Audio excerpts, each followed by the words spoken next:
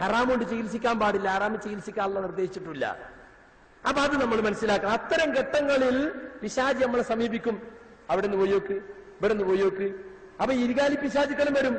എന്റെ സലഫി മുജാഹിദും പറഞ്ഞാലേ കുട്ടിനെ കറുത്തം കണ്ടോ എന്ന് പറയും. പെണ്ണുങ്ങൾ ഇങ്ങനെ മന്ത്രിക്കും. കാരണം അധികം മറ്റേന് കെട്ടിക്കൊടുന്നാവും സ്ത്രീധനം വാങ്ങാൻ സൗകര്യത്തിന്. അപ്പൊ ഓളെങ്ങനെ തലയണ മന്ത്രം, മനുഷ്യ നിങ്ങളെ സലഫിയും മുജാഹിദും പറഞ്ഞാൽ നമ്മളെ കുട്ടിന്റെ കാര്യം കേട്ടോ. ഓളൊരു കരച്ചിലും അതിലിപ്പം വീണ് നെജ്ജു എന്റെ ആങ്ങളെയും കൊണ്ടേക്ക് ആരും അറിയണ്ട. അങ്ങനെ തലയിൽ മുണ്ടിട്ടിട്ട് മെല്ലെ പോകുക. കണ്ടോ, ഓൻ കെട്ടിയപ്പോ എന്താ പറഞ്ഞേ, ഞാൻ കെട്ടിക്കൊണ്ടൊന്ന് നന്നാക്കല്ലേ.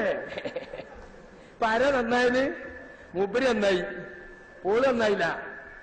കണ്ടോ, എത്ര എത്ര ആളുകളുണ്ട് എന്നറിയോ അറിയാതെ ഇത്തരം കേന്ദ്രങ്ങളിൽ പോകുന്നത്. അവർക്ക് എന്താണ് ഇസ്ലാമിന്റെ ചികിത്സ എന്ന് അറിഞ്ഞുകൂടാ. ഇസ്ലാമിന്റെ ചികിത്സ മരുന്നുകൊണ്ടുള്ള ചികിത്സ, അതോടൊപ്പം ആത്മീയ ചികിത്സയല്ലേ ഉണ്ട്. എന്താ ആത്മീയ ചികിത്സ എന്നാ?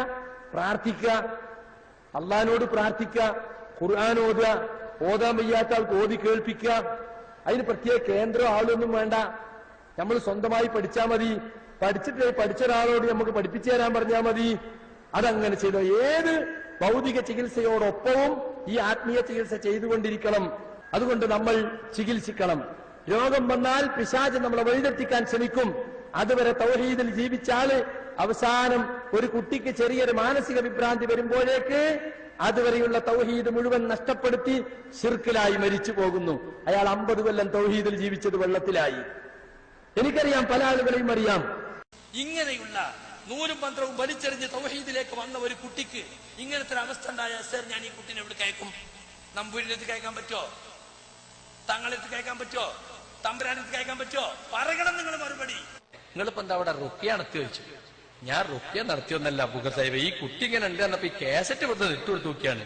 അപ്പൊ ഇതിന്റെ കോലം എങ്ങനെയാ കാണുന്നത്?